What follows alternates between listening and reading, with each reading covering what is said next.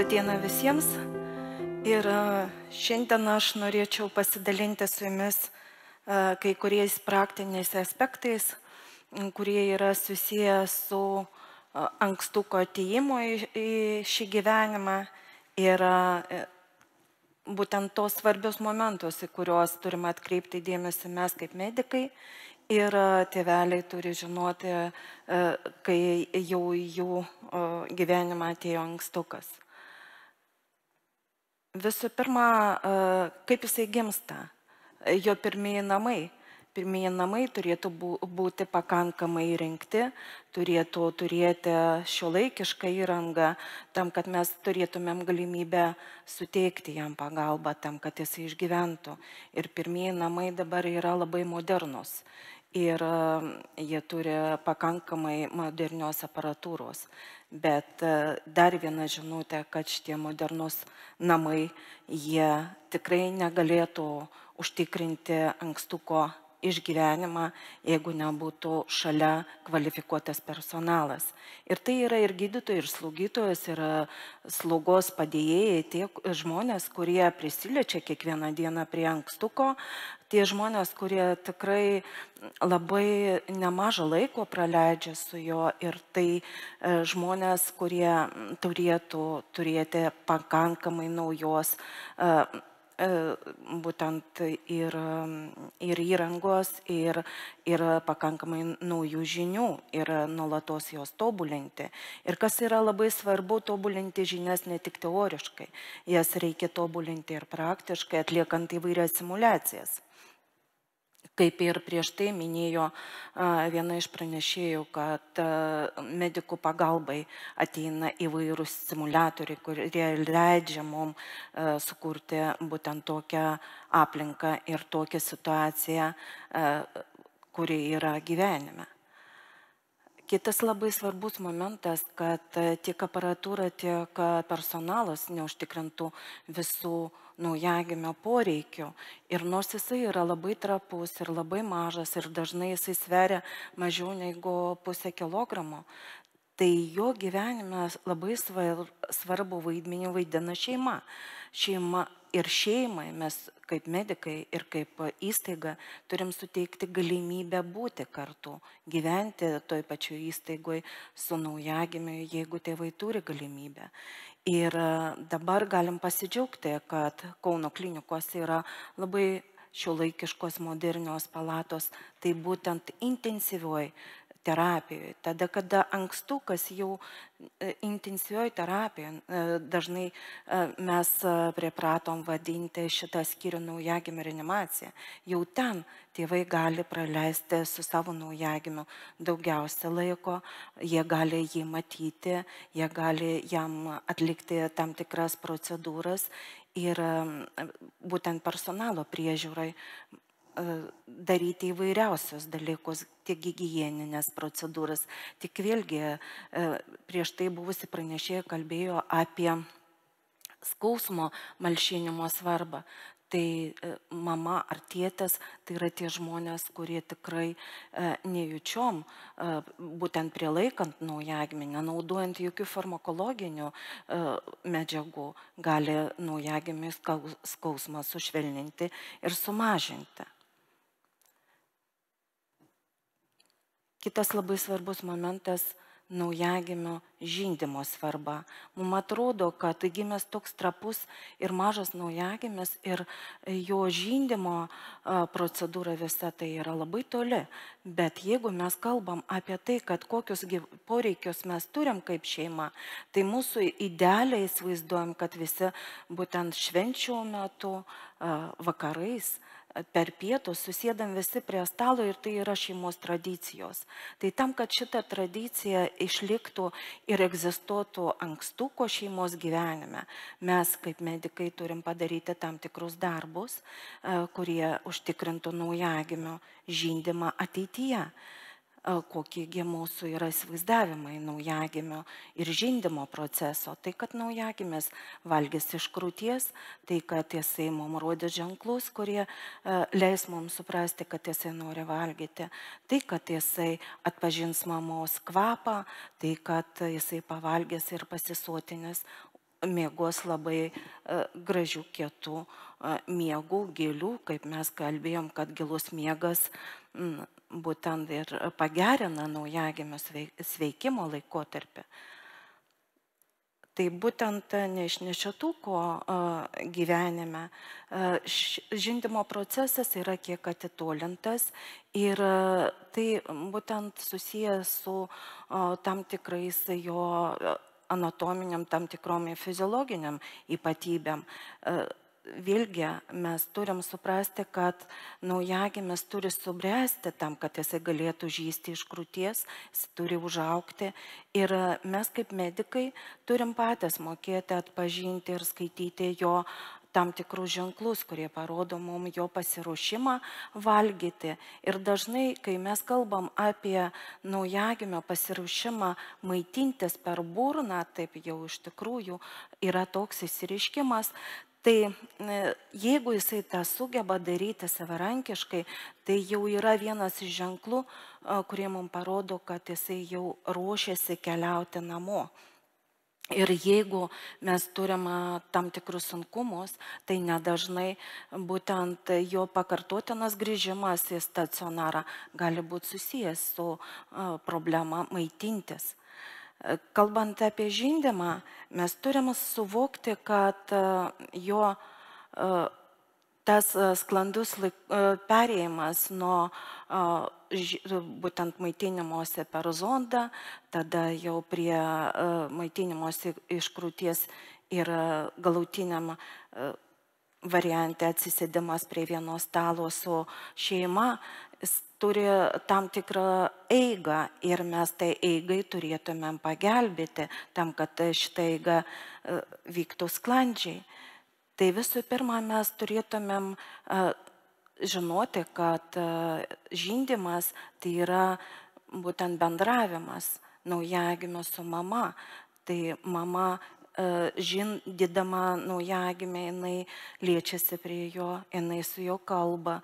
Yra labai svarbus akių kontaktas, nes tik naujagimiai, kurie žindomi yra, jie tikrai jau turi tą akių kontaktą, mama tikrai susikoncentruoja į naujagimį.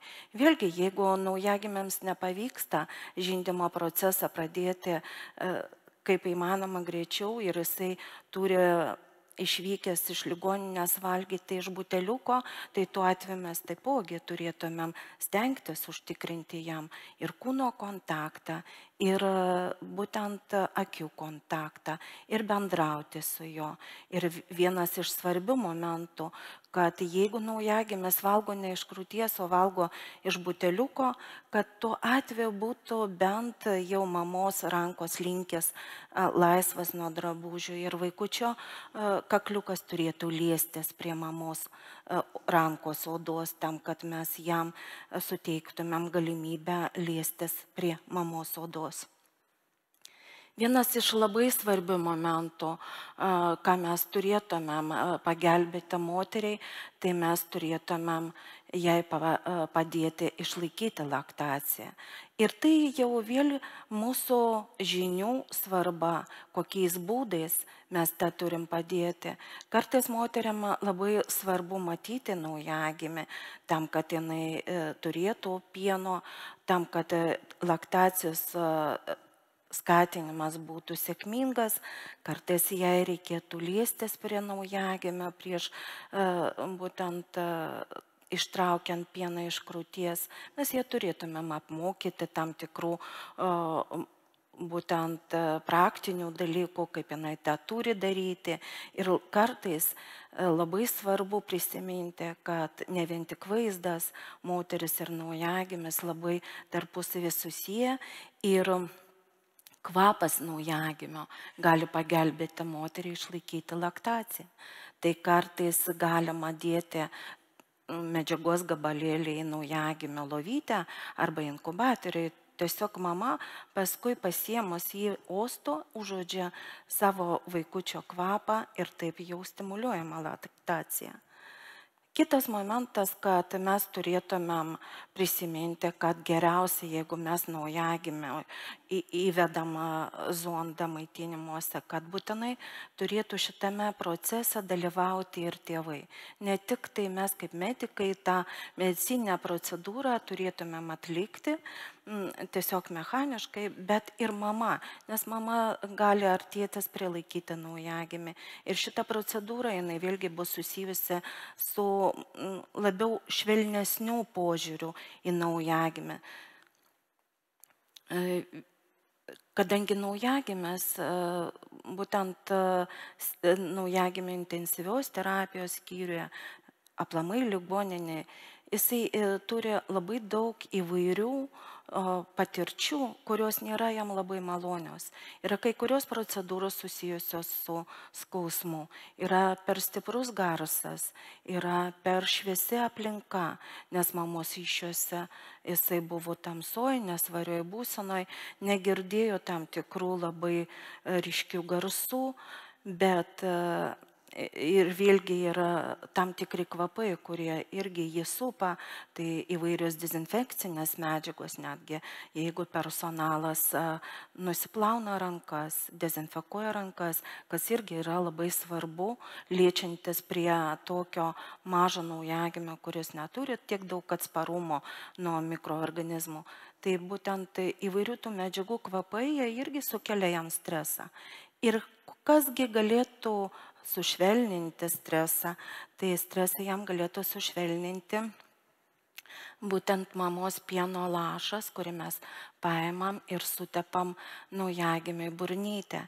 Ir dažnai mes kalbam mamai, kad netgi labai nedaug pieno, priešpienio, keli lašai, jie yra aukso verti, nes jie užtikrina jo būtent ir skonio receptorių brendimą, ir imuninės sistemos vystimąsi. Ir tai yra labai svarbu. Tiesiog jo gali būti labai nedaug priešpienio, bet mes su tam tikrais tamponėliais galime paimti tą priešpienio lašelį ir sutepti burnytę naujagimiui.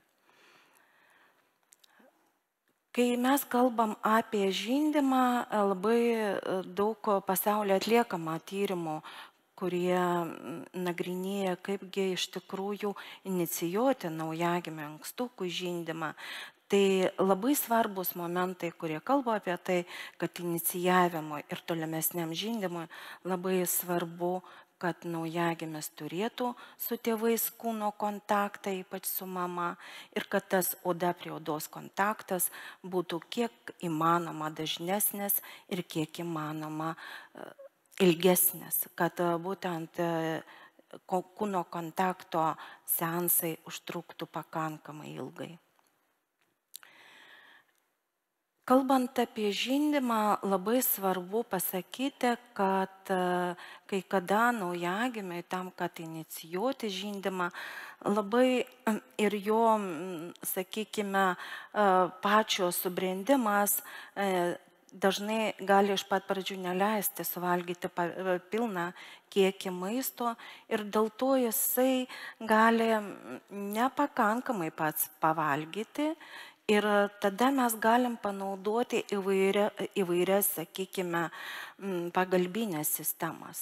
Tada, kada dalį maisto vaikas valgo iš krūties, o dalį maisto jisai tiesiog per zonduką suvalgo iš buteliuką. Tai reiškia, tuo pačiu metu yra tam tikros sistemos, kurios leidžia vaikui ir valgyti maistą, ir žįsti. Ir taip vėlgi mes mokinam jį žįsti krūtį ir padedam mamai išlaikyti laktaciją. Labai svarbu, kai mes kalbam apie rekomendacijas, tai atkreipkite dėmesį į tam tikrus momentus. Pirmas momentas tai yra, kad ligoniniai turėtų būti pakankamai kvalifikuotas personalas, kuris turėtų atpažinti vaiko būtent ženklus ir jo subrendimą ir pasiruošimą valgyti per burną, o toliau mokintis žįsti krūtį. Ir labai svarbu turėti personalą, kuris pagelbės moteriai išlaikyti laktaciją. Dažniausiai kalbant apie pagalbą moteriai, tai yra laktacijos specialistai, žindymo konsultantai, kurie padeda moteriai ir išmokina ją ir pieno ištraukimo būtent mechanizmo ir toliau ją apmokina, kaip ir atpažinti savo vaiko požymius, kaip stebėti jį ir toliau kaip teisingai jį glausti prie krūties. Kalbant apie būtent įvairius momentus, labai svarbu dar pastebėti, kad žindydama naujagimę moteris ir personalas būna šalia, turi stebėti vaikučio būklę, nes tai yra ankstukas, žmogutis, kuris turi ypatingų poreikių, žmogutis, kuris turėjo pakankamai sudėtingą kelią ateinant į šį pasaulį ir sudėtingą kelią nuo to sugebėjimo, sakysim, maitintis per burną iki pat, kai jisai jau žinda krūtį. Ir čia labai svarbu, kad mes turėtumėm tą žinutę, kad naujagimio stebėjimas, jau apie tai mes šiandien kalbėjom ne vieną kartą, kad mes stebėdami jį turėtumėm didesnę sėkmę. Mes tikrai atpažinsim jo ženklus ir mes tikrai matysim jo pasiruošimą. Kitas momentas, kai mes kalbam apie jo sveikimą, apie jo teigiamas emocijas ir taip pat ir apie žindymą, kaip aš jau ir minėjau, labai svarbus yra kengūros metodas, tai reiškia metodas oda prie odos kontakto ir tai yra labai metodas senas. Jisai jau skaičiuoja, jau 5 dešimtmetį, jisai atsirado nepasiturinčiose šalyse, ten, kur buvo labai mažai įrangos ir tada, kada reikėjo gelbėti naujagimius, 2 mokslininkai pastebėjo, kad kai mes padedam naujagimį mamą ir tėčią ant krūtinės, tai tuo atveju naujagimis jam yra ir šilta, jam užtikrinami visi jo svarbus poreikiai, jis išmoksta, girdint mamos ar tėčio širdelės plakimą, jaučiant kvėpavimą, tiesiog išmoksta teisingai kvėpuoti, išmoksta nesustabdyti savo kvėpavimo, jisai išmoksta, jo širdelė tampa, jos plakimas ritmiškas ir būna normos ribose. Yra pastebėta, kad naujagimiai, kurie turi oda prie odos kontaktą, jie mažiau serga, jie greičiau išvyksta iš ligoninės, jie greičiau priauga svorio. Jie taip pat reikalauja mažiau tam tikrų pagalbų iš, sakysim, specialių aparatų, jiems mažiau reikia deguonies, jie labiau sugeba išlaikyti savo kūno temperatūrą ir tam yra indėlis tėčio ar mamos krūtinės. Kai mes kalbam apie būtent šitą metodą, tai koksgi seanso ilgis labai svarbu, kad kai mes numatom, kad jisai būtų netrumpesnės nei 65 minutės, todėl kad jo trukmė, jo dažnumas ir inicijavimas laiku labai turi didžiulę reikšmę. Ir naujagimis gulėdamas tėčiui ar mamai ant krūtinės, mes tam metodui turim pasiruošti, tai turėtų būti pakankamai intimi aplinka, tai turėtų būti šilta aplinka, jinai turėtų būti rami, kad leistų susikoncentruoti tėvams ties tą procedūrą ir naujagimiui. Vėlgi mes patiriam tėveliams, kad jie turėtų turėti drabužėlius, kurie atsisega per priekį. Mes naujagimį guldom ant nuogos mamos ar tėčio krūtinės. Jisai neturi dėvėti jokių drabužėlių. Išskyrus sauskelnes, galima, aišku, pagal naujagimio poreikį, jeigu jisai yra labai mažas ir labai greitai atvėsta, tai būtent uždėti jam kepurytę arba kojinytes. Ir svarbu jį pridengti. Ir šito metodo, to seanso ilgis, jisai aišku priklauso nuo naujagimio būklės. Mes visą laiką turėtumėm stebėti, kad kaip naujagimis jaučiasi ir mokinti tėvelius atpažinti tos požymius, kad naujagimiui yra viskas gerai, jis jaučiasi gerai. Ir jeigu jam tarsi kažkas tai, ar kvėpavimas sustojo, kad tėveliai nepasimestų, kad mes turim juos išmokinti, kaip naujagimį tinkamai pajudinti ir pastimuliuoti, kad jis ir toliau kvėpuotų. Ir kai mes kalbam apie kengūros metodą, labai svarbu pažymėti tai, kad kengūros metodas, jo nauda yra trejopa. Visų pirma, tai nauda patiems tėveliams ir mamai svarbu, kad išlaikoma laktacija, mes tikrai turim naujagimiui tada pienuką, kad iš tikrųjų vystosi labai saugus prisirišimas naujagimio prie savo tėvelių, kad mama jaučiasi mama, o tėtis jaučiasi tėčiumi, nes jie turi galimybę paliesti naujagimį, laikyti ant krūtinės, nes mūsų visų įsivaizdavimas, kai gimsta išnešiotas naujagimis, kad jį bet kuriuo momentu galima paimti ant rankų. Tai tam, kad sušvelninti mūsų priežiūrą, tam, kad tėveliams leisti pasijausti tėvais, tai būtent kengūros metodas, jisai irgi turi savo įtaką tam. Neabejotinai jis turi labai teigiamų momentų pačiam naujagimiui. Kaip aš jau ir minėjau, jam greičiau jie atsisako įvairių deguonies terapijų, jie greičiau sušyla, jie greičiau pradeda valgyti patys, jie greičiau auga svorio. Tai reiškia, jie greičiau aplamai auga, jie išmoksta pažinti tėvus iš kvapo, iš balso.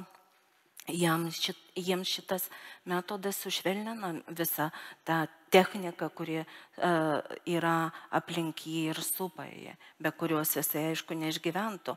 Bet šitas metodas jisai švelnina neonatologiją ir tą visą mūsų priežiūrą.